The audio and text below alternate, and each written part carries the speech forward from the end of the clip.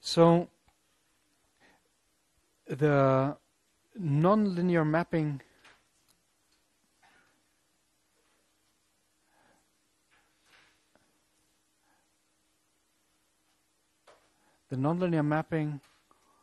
to a potentially but not necessarily higher dimensional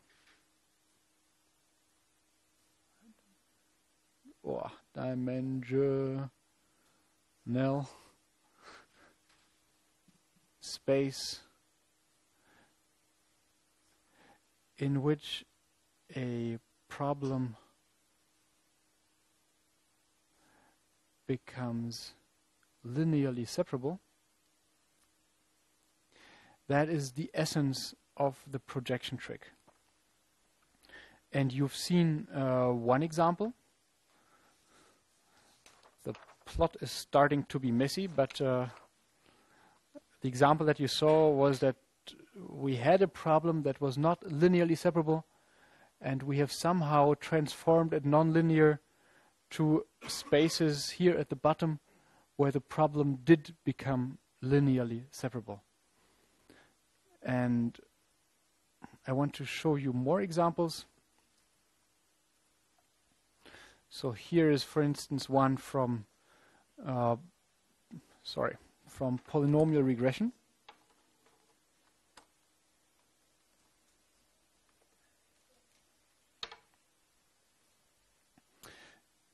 So in that case, we have these noisy black points. Linear fit clearly is a poor fit. Yeah, we have these.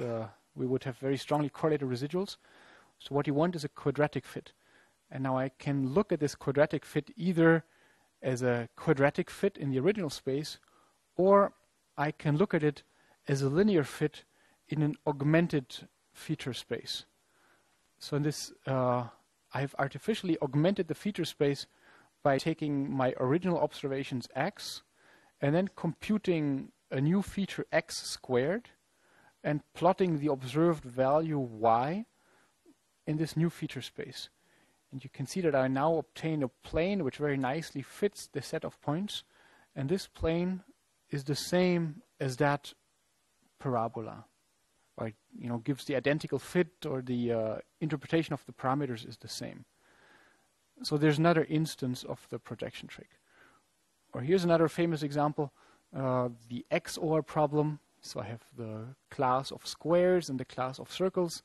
You will not find any linear classifier that separates these two. But if I now augment my feature space, so here I call the original features x and y.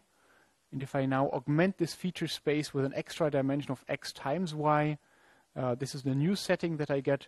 And in this new augmented feature space, I can now find a linear classifier that will separate the circles from the squares. Now here, as in the previous example, I've taken an augmentation which works. And in advance, you typically do not know what new features you need. And so the learning of the nonlinear mapping that will work for a particular problem, that is part of the training process. But the principle is the same. We want to nonlinearly map to a new space in which the problem becomes linearly separable. And I now want to show this principle for the multilayer perceptron. I will do so by using, in this case here, 4 perceptrons. So there's perceptron number 1. And again, I indicate by the direction of the normal vectors where these perceptrons are pointing.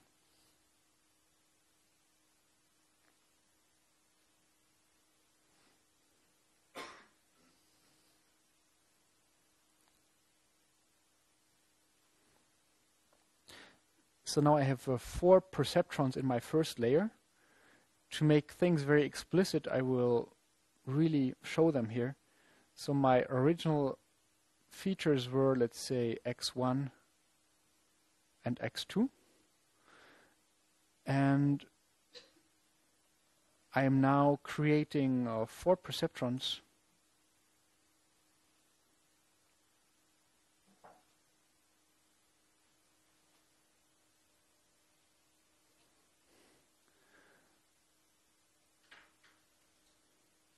that are connected to these two inputs.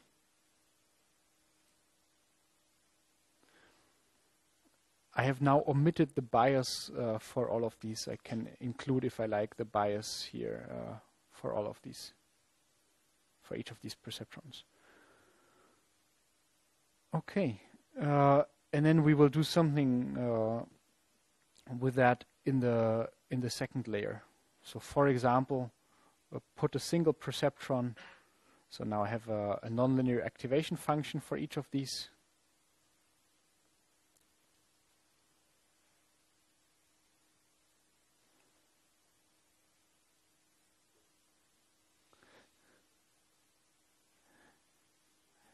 And from the original 2 dimensions, I have now non-linearly mapped, non-linear because of the activation functions, to 4 new synthetic dimensions. Let me call them S1, S2, S3, and S4.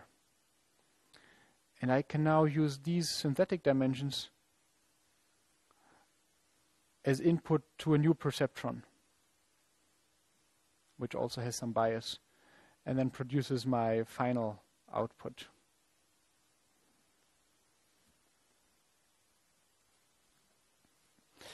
And I now want to, together with you, to look at the geometry of this funny space that is being produced by this kind of 2-layer neural network.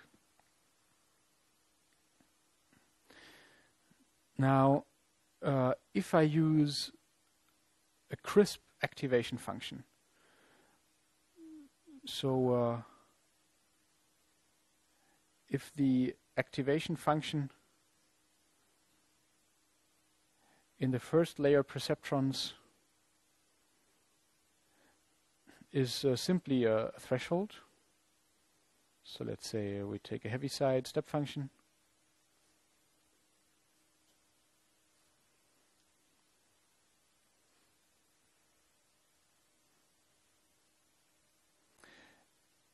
then each polyhedron, so by polyhedron I mean each of these regions that taken together tessellate the original feature space,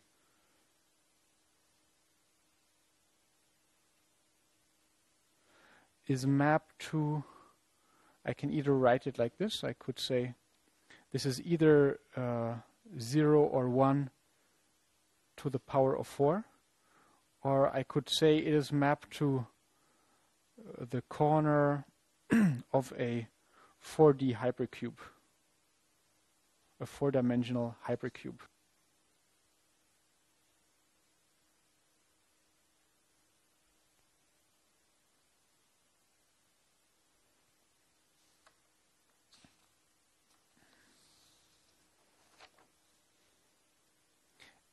And I can number all of these polyhedra. So, for example, to this region here, I could say it lies above, again, above in the sense of pointing in the, or the normal vectors point towards it. I could call this region here 1, 1, 1, 1.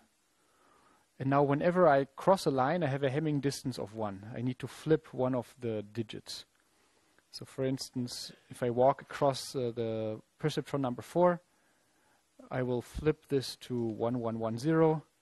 If I walk across 3, it will become 1, 1, 0, 0. Walking across 2, it will be 1, 0, 0, 0. Walking across 1, it will be 0, 0, 0, 0.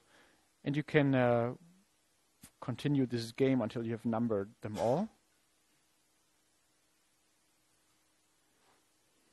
So that would be 1, 0, 1, 1. And so on.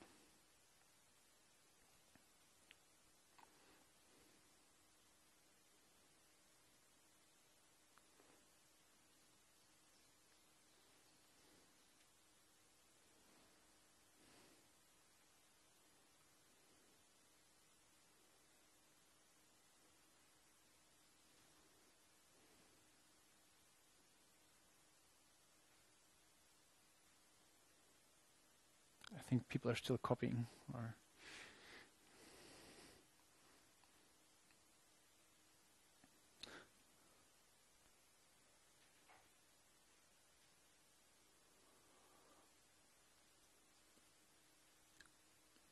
All right. So in the example I showed before, we mapped from a 2D space. So we had originally features x1 and x2. In the previous example, we mapped from 2D space in a nonlinear fashion to another 2D space.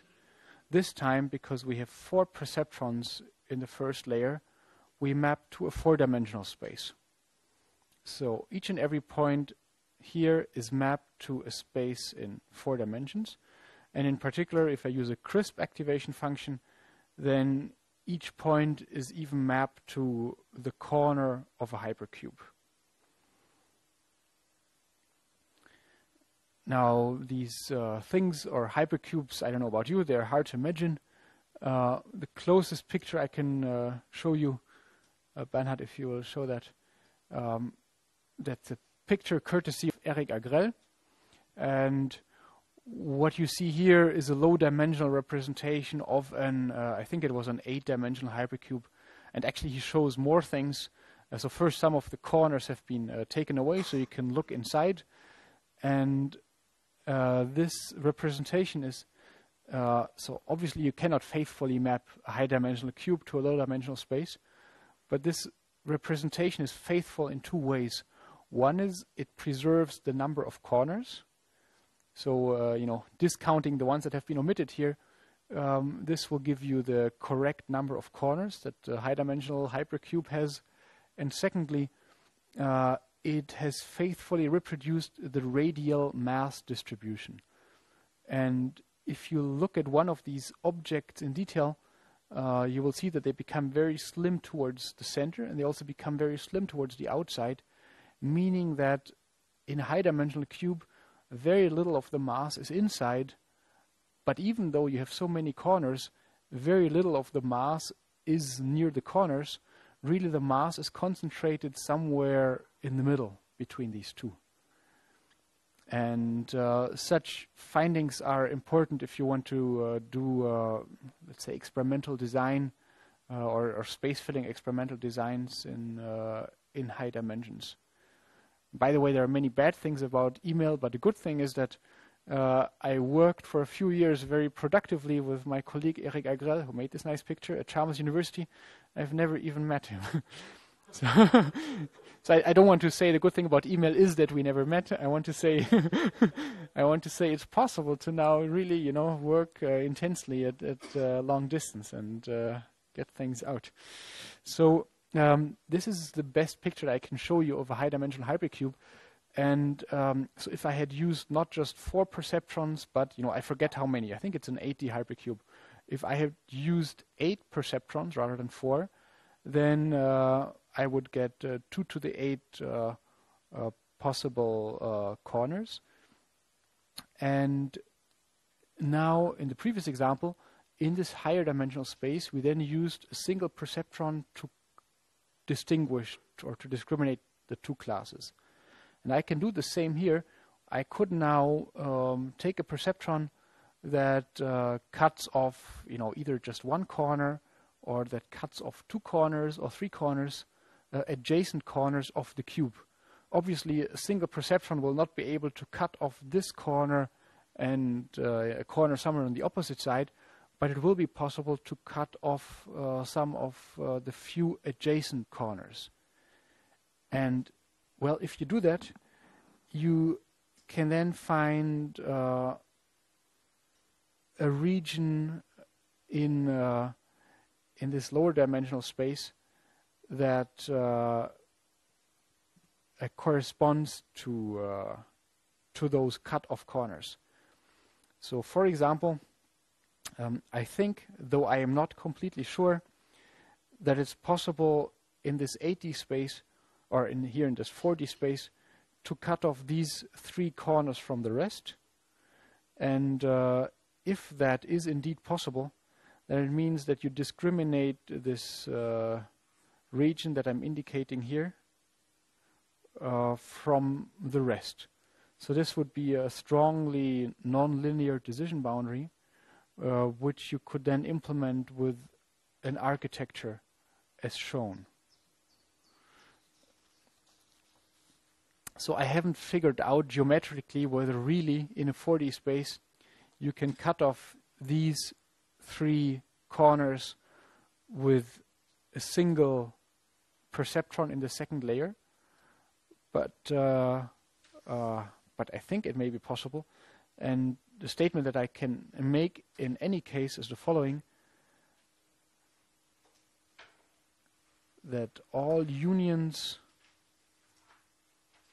of polyhedra, so of these regions that I've shown,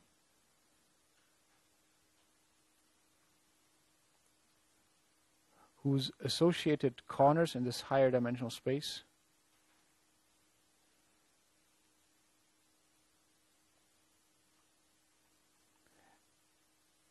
can be cut off with a single hyperplane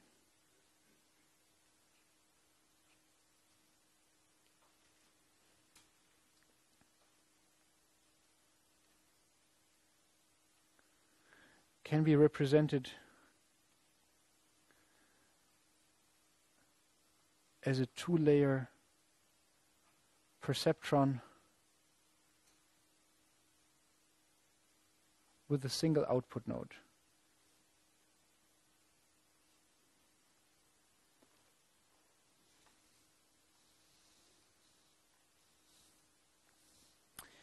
You had a question.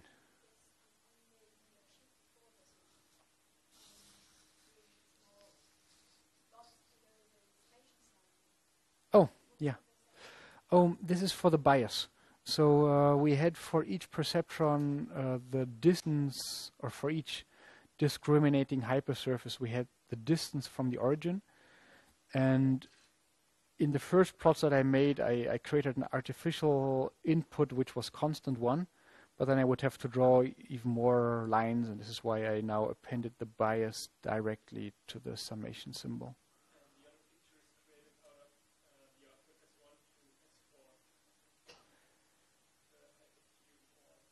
Yes, exactly. So these are the new dimensions, S1, S2, S3, S4. And so these outputs span a 4D space, unless I have made, or unless training has gone badly and 2 of these perceptrons are linearly dependent. And this is why, if I now use a step activation function, every region gets from each perceptron either a 0 or a 1. And taken together, I can interpret this as the corner of a hypercube.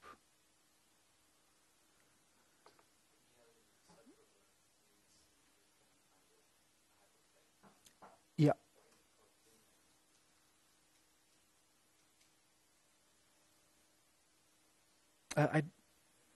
Okay. Well, linearly separable, as up here, means that you can fit a plane, so a straight plane, such that all of class A is on one side and all of class B is on the other side. That's the definition of linearly separable.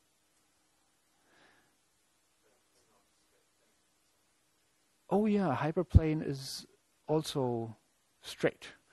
So as opposed to a manifold, a curved manifold. So a hyperplane is a plane that lives in a higher dimension, but it is still planar. Can I explain that in a better way? It still is characterized by a single normal vector.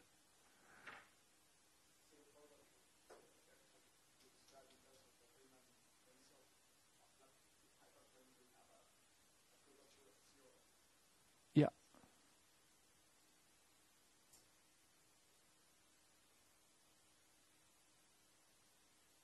Okay, so I don't claim an intuition for hyperplanes, but it's a very straightforward generalization. So you just when you write X transpose W, so this was, let's say, a line in my 2D space, and if I write S transpose, let's say V, and S are these 4 inputs, and V is a vector. Now V is my normal vector in this higher dimensional space, and it's just a plane.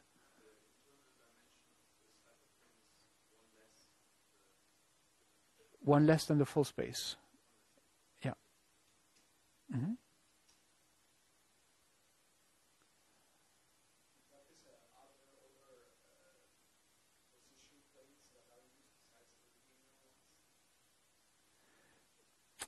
In the first layer, yes, the most popular one being a Gaussian function. So you can center basis functions in this space, in this feature space, and then you measure well, how much each of these basis functions is activated, or you get a response from each of these basis functions. And here the basis functions happen to be planes, and the advantage is that if these planes are well trained, you do not need very many of them to express complicated decision boundaries. The disadvantage is that training for them is pretty hard, because so if you remember the stochastic online learning algorithm and so on, yeah, perhaps you have one sample that makes you want to shift your classifier a little bit up here, but at the same time it becomes worse somewhere else. And this is why convergence for such global basis functions can be slow or poor. Yeah. So, you know, to make this more general, we could really have, you know, just any nonlinear function that lives in the original feature space. Here we have used planes followed by an activation function. We could use Gaussians. You could use any other function that you can think of, as long as training can be performed efficiently.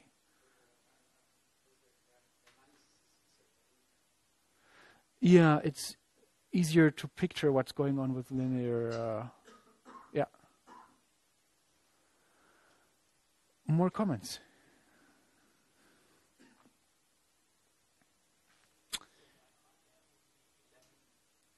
Okay. So Bernhard asks, the 4D hypercube has 16 regions, but we have only 11 feasible regions here. That is so. So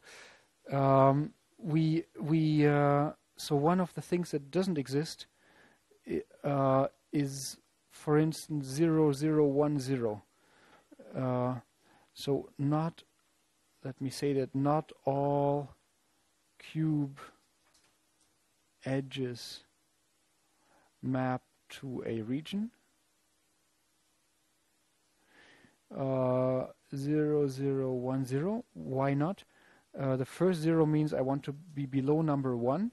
A second 0 means I want to be below number 2. So that now constricts me to that space. The next one says I should be above 3, and the last one says I should be below 4. This combination is not feasible. So, you know, I can understand why I don't have this region here. I'm not sure that there is a deep interpretation of what these missing regions mean or are. Or if there is, I'm not aware of it. So if we cut off the hyperplane or edges of the Heidelberg cube, we cut off all the edges we want to cut off, plus in addition an edge that doesn't map back to the 2D plane. Yeah. No, it doesn't matter, because remember we use this for prediction. So these points, well, points can only lie in feature space, so they can only lie in one of these existing regions. So they will always map to the same subset of, in this case, 11 out of 16 corners. And I think that in the backpropagation, we only get a contribution from these, you know, existing regions. So, I mean, this becomes worse as we use more and more perceptrons. We have an ever bigger fraction of the hypercube that does not have a correspondence down here, but I think it is inconsequential.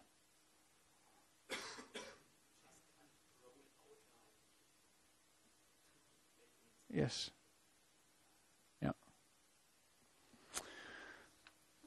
Okay.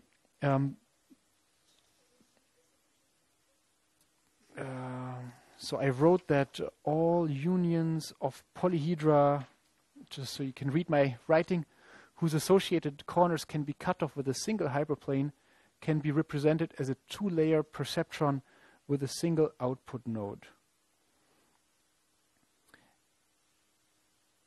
And in fact, if you now use a sufficient number of perceptrons in the first layer, so not just 4, but many, very, very many, it turns out that this condition is always fulfilled.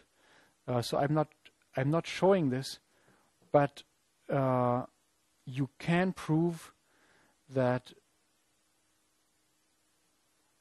So I'm simply stating as a fact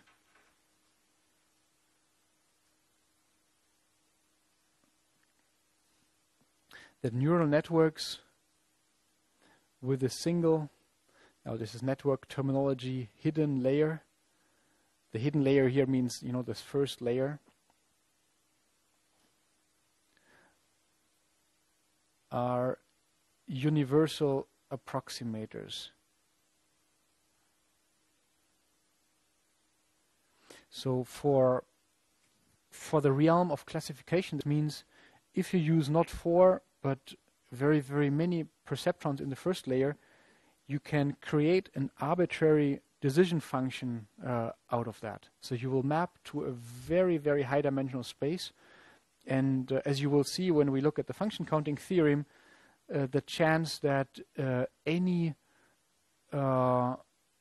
dichotomy or any assignment of labels to points, to a set of points in such a high dimensional space becomes ever more likely as you have a fixed number of points in higher dimensions, becomes ever more likely to become linearly separable. But before we go to this function counting theorem, I still want to study the case of, so let's say we've mapped only to this dimensionality, and I want to have a decision surface which cuts off this corner and that corner, but none of the others. Do you have a suggestion on how to do that?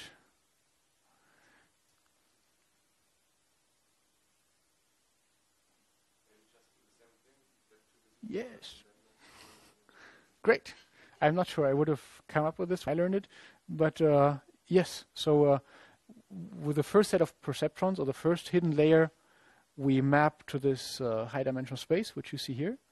And now in this high dimensional space, I can put a perceptron here which only asks the one question: does my input lie on this or on that side? It only cuts off one corner.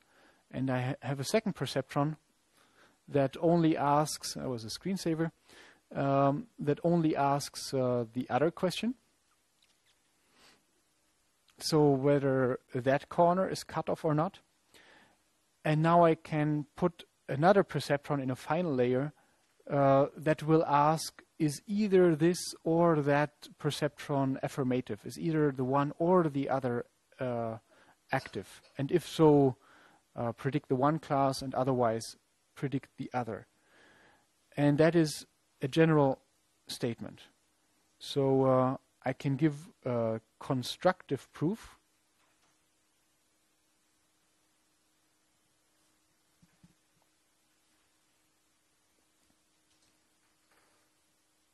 that a 3-layer perceptron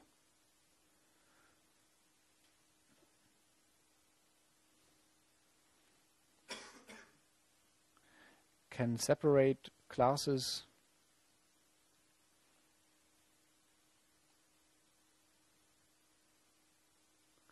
from arbitrary unions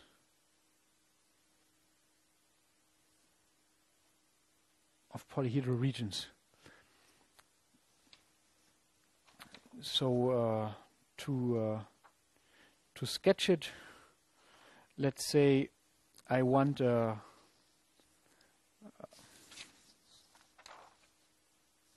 terms of this picture here. Let's say, forget about the red coloring here, and let's say I assume that I have the green class in here, and I have the green class in there. And I now want the following decision boundary. I want everything that's either in this direction or in this region or in that region that should be assigned to the one class, and everything else should be assigned to the other class. Now, I don't have a very good intuition for 4D hypercubes, but if I just look at these numbers, so one is the bottom left corner, 0, 0, 0, 0, and the other one is almost the top right corner. Or perhaps I should have taken that one that would really have been the opposite corner. It's unlikely, I think, that a single perceptron can cut off just these two corners without getting anything else without catching any of the other corners of the hypercube. But we can now use such a 3-layer perceptron as follows. I will sketch it just very quickly. So those are my two input dimensions, x1 and x2. And now I had the 4 perceptrons, each with their activation function. And I'm not drawing all the lines now, but you saw in the previous plot how they are connected. I get my 4D space. And now I use 2 perceptrons. One perceptron that is specifically geared or that has been specifically parametrized to cut off the corner, which was called, how do I fit both? So one perceptron that has been specialized to cut off this corner number 0, 0, 0, 0. And then a second perceptron that cuts off the corner 1, 1, 1, 0. So corresponding to this region and corresponding to that region. And now at the very end, I only need an OR perceptron. So if either the output from the one or the output from the other is positive, and I forgot the activation functions. If either the output from the one or the output from the other is positive, then I will predict the green class, and otherwise I will predict the other class. And you see we now have 3 layers of perceptrons. 1, 2, 3 layers of perceptrons. Now the constructive proof, it goes in words. It goes as follows. We first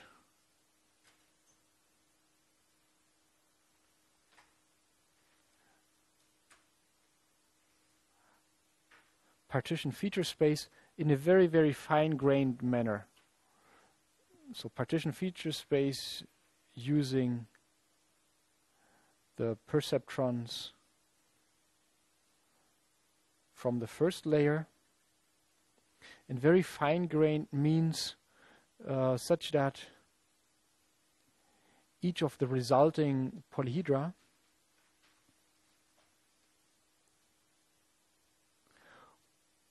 holds a sample or holds samples from one of the classes only.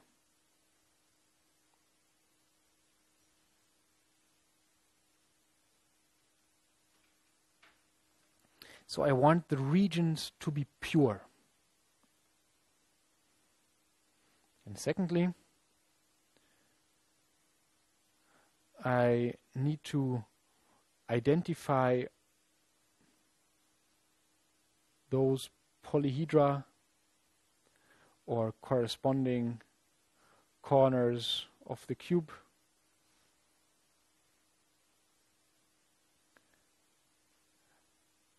that contain, let's say we're interested in class 1, that contain class 1 only.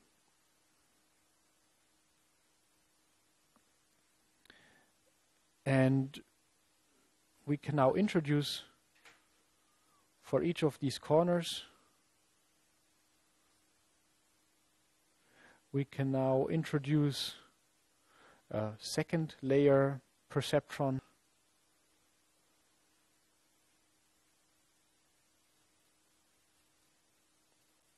that cuts off that corner only.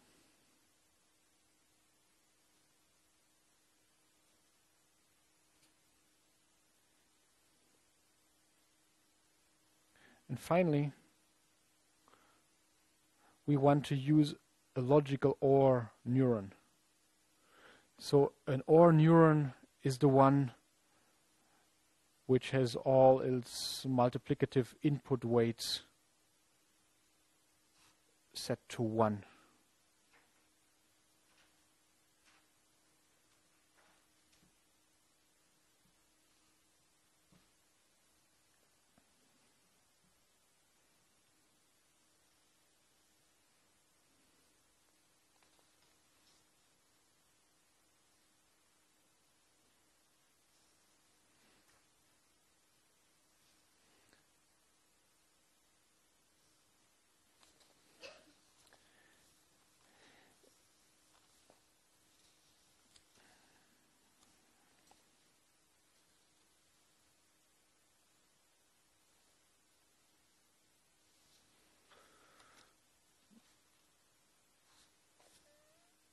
All right. Now we have two competing architectures.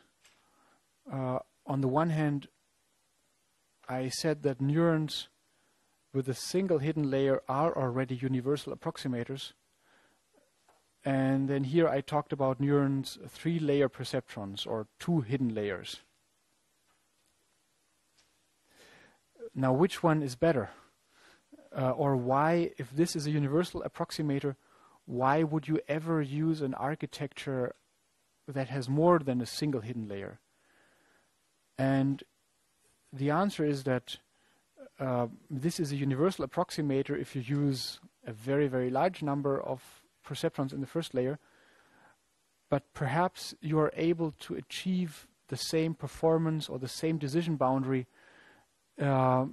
in a much more compact representation by using fewer perceptrons but arranged into more layers. And that raises probably the deepest problem in all of this neural network application and also theory, namely how to choose the good topology. So how many perceptrons you want in the first place and how many you want in the first, in the second, and the third layer. And unfortunately, there is no simple good answer to that. And this is why, in the end of the day, people are nowadays mostly using other techniques.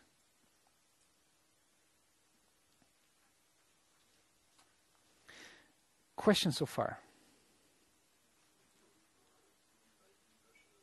Universal approximator means can fit anything. It's a technical term, which is why I should have underlined it.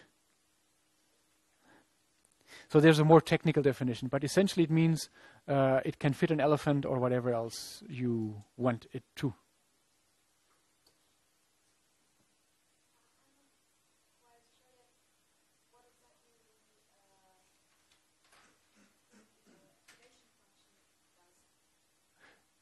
So what the activation function does in this particular example, in general, the activation function makes all the difference, because so if we omitted the activation function,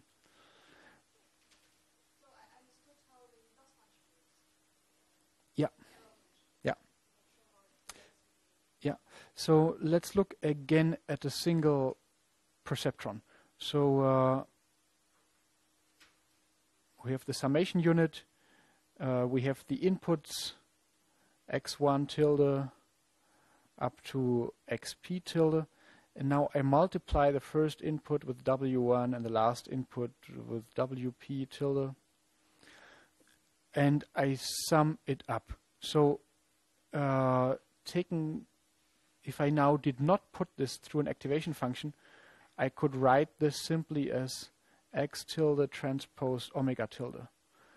And if I now use not one neuron but several neurons, I could, so let's say W1 tilde is the effect of the first neuron, and I now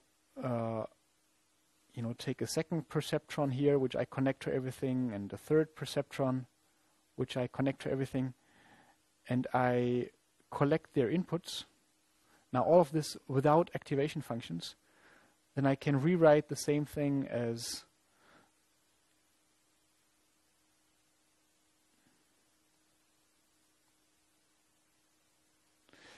and that in turn I could represent as x tilde multiplied with a matrix W tilde, and let's look at the dimensions. This would be 1 times 3, and that to represent the last addition, I would multiply it with a vector of 1s.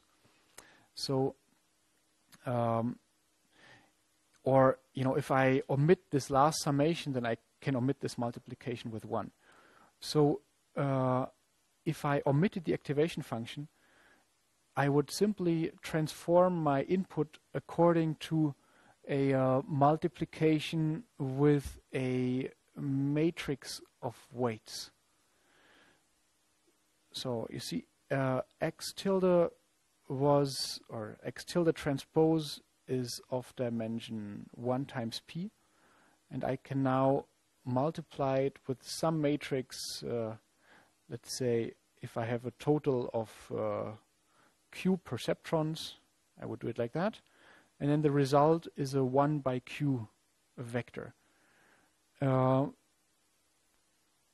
But this would just be an affine transformation to a, depending on if q is larger or smaller than p, it could be a transformation to a higher or lower dimensional space.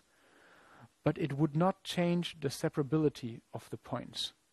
So let's say if in the original feature space my red class is distributed like this, and my green class is distributed like that. If you transform this in an affine fashion, let's say you may get out a rotated and slightly skewed version, but it doesn't change anything about the separability. So this thing here was not linearly separable, and that thing is still not linearly separable. So we have not gained anything. And to make things linearly separable in this higher dimensional space, you do need the nonlinearity of the transformation. And this is what the activation function does.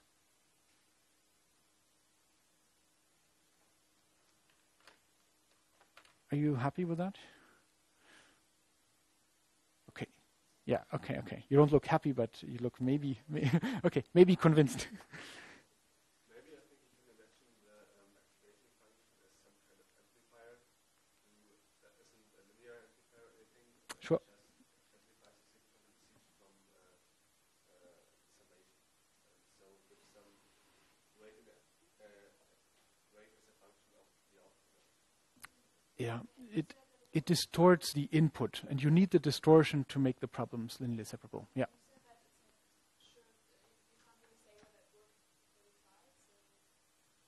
Oh, I said we don't know in advance which linear transformation is going to solve our problem. And yes, and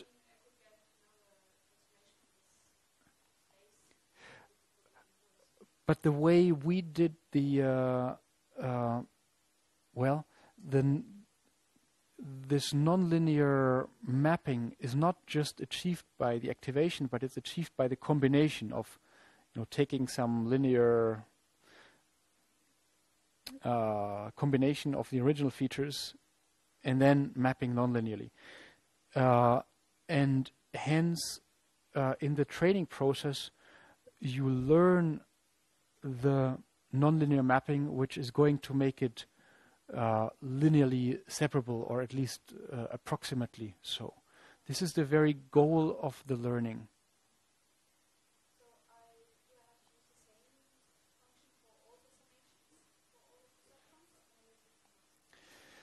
So the weights, these multiplicative weights, are different for each perceptron. The activation function. So typically what you do is you use the same functional form for all the activation functions. For example, the hyperbolic tangent.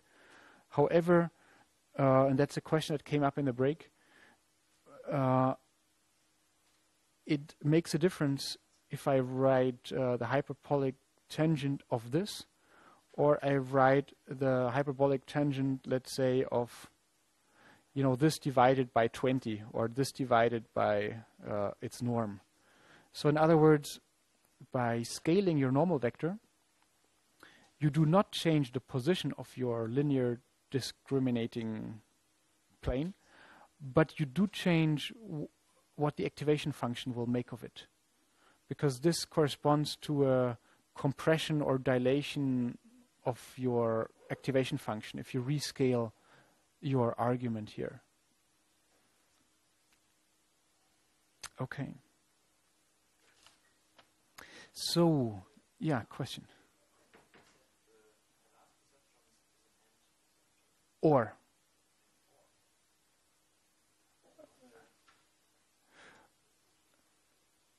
Well, in that sheet, you can look at it the other way around, and you can say if the one class votes for red, or if the other class votes for red, then it's red.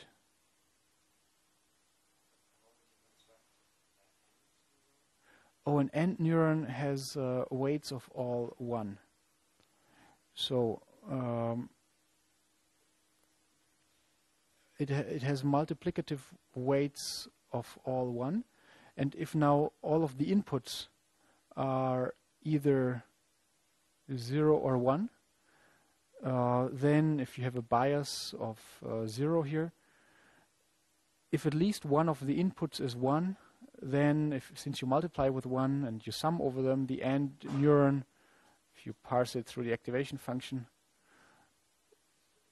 you know, it will give you either a 0 or a 1, but the 1 only if, for the AND neuron, I was talking about the OR. For the AND neuron here, you need to subtract minus your dimensionality. So minus P plus 1. Yeah? Yeah.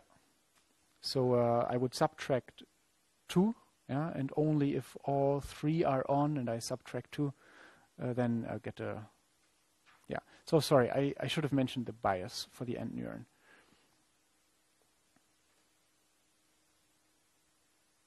Okay.